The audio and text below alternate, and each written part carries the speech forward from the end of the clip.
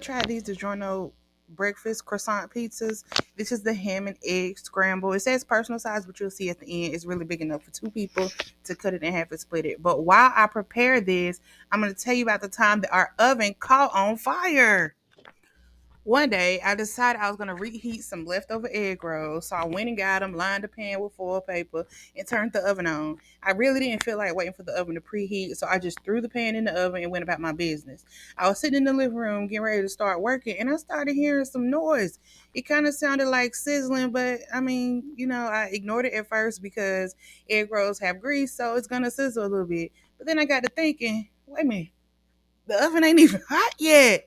So I go around the corner and I saw sparks flying out of the oven. It was coming from around the sides, the bottom, and the oven door was closed. So now I'm panicking because my mama wears oxygen. I'm like, oh my God, we got to get up out of here. As soon as I saw the sparks, I immediately skirt back out the kitchen and headed towards the door. I didn't stop and grab my shoes or anything. I said, Mama, come on. It's a fire. I got my phone so I could call 911. I get to the door. I'm holding it open for her. I look back and I see her standing in the kitchen, barely able to see over the counter, trying to look at the fire. I'm like, girl, what are you doing? Come on.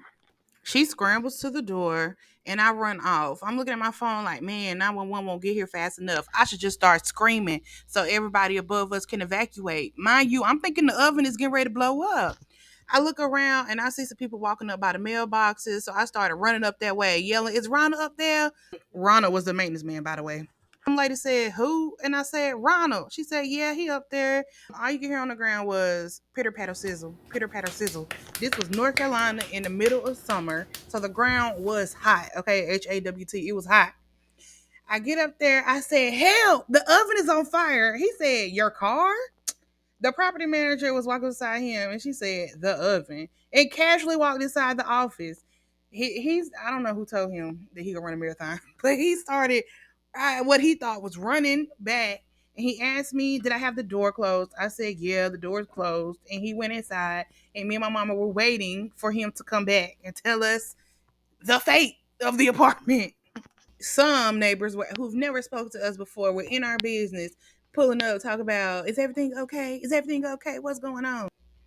They were probably asking that because my mama was coughing. Remember, she wears oxygen. And as soon when we got outside, I forgot to tell this part. When we got outside, she was just standing at the door, pointing her oxygen line, and I'm like, "Girl, take it off! Get away from the building!" But yeah. So that's probably why they were asking if she was okay. I just said we're fine. We're fine. But eventually, Ronald came back outside to tell us that the heating coil had burnt out and it had welded to the oven in two places. And he was telling me what to do if it happens again. I said, if it happens again, there has got to be a less traumatizing way for the heating coil to burn out. Has anything like this ever happened to you? Leave it in the comments or send in your story for us to read on our channel.